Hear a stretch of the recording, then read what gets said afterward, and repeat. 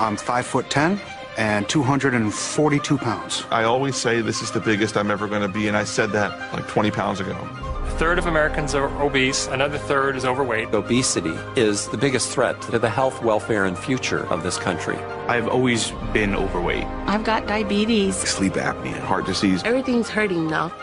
It's a lot easier to lose weight than it is to keep weight off. This is probably going to be the first generation of children who are going to have a shorter life expectancy than their parents. 18% of our children right now are obese. It's not only health, it's about survival and well-being of the United States as a nation. You don't crave broccoli, and our generation has grown up craving a Big Mac. I want to think that there's something better for me. Unless we're able to control this epidemic, we're going to have an abundance of chronic disease. All of us have to be part of the solution to reduce obesity. The weight of the nation is out of control, but we can fix that. If we don't now take this as a really urgent national priority, we are all going to pay a really serious price. Obesity will crush the United States in oblivion.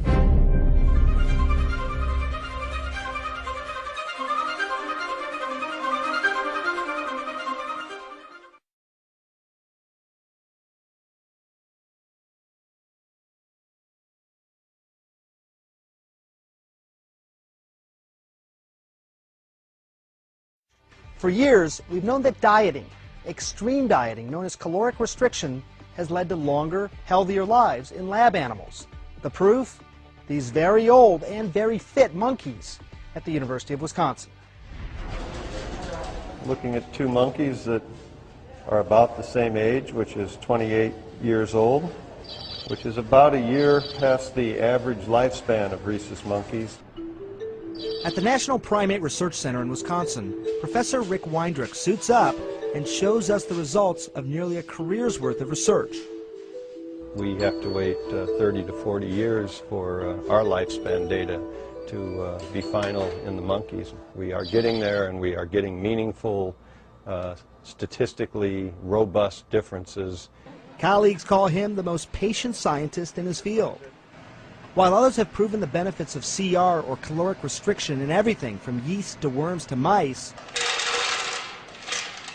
for decades Weindruck has been studying its effects on monkeys, with their longer lifespans and their similarities to humans. The one on the left has been subjected to caloric restriction roughly for the last 20 years since the experiment began.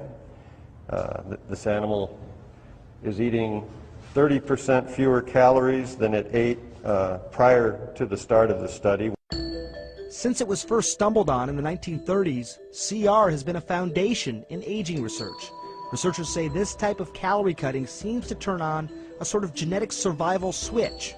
We think it's really quite clear that for the large majority of the monkeys on calorie restriction, they look younger than those on the normal diet that are the same age. But Weindruck says its benefits are much more than just skin deep. And we're seeing roughly a 4 times greater risk of developing age-related diseases in the animals on the normal diet as opposed to those subjected to caloric restriction. Age-related diseases that include cancers, diabetes, the list is well known. And just this past month, Weindruck's team made another discovery. Brain scans of the CR monkeys, when compared to their well-fed counterparts, showed significantly less atrophy or cell loss along the surface of the brain, which could potentially add another age-related illness to the list, Alzheimer's disease. While the brain shrinks with normal aging, that rate is doubled in people with Alzheimer's. Weindruck says the recent findings are significant. It's not about picking off one disease at a time. It's about quieting this whole broad threshold of problems that stem from this common process which we call aging.